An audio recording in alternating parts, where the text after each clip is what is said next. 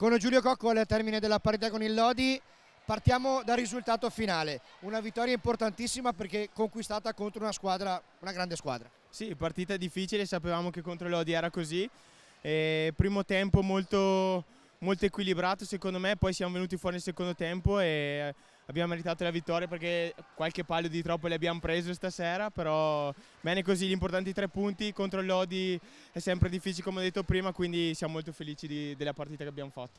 A livello personale è sempre bello rivederti in pista, visto che quest'anno stai giocando un po' col contagocce. Ti chiedo come stai e che sensazioni hai avuto stasera.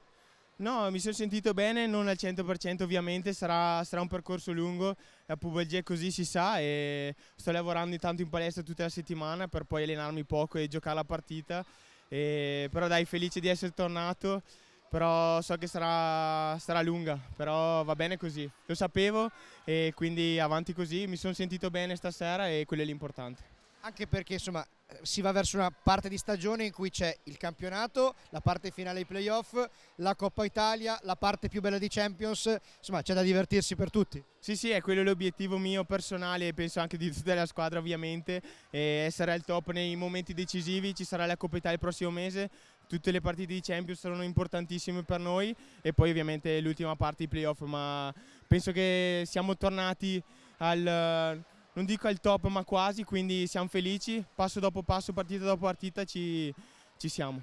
Ringraziamo Giulio Cocco, in bocca al lupo a Trissino.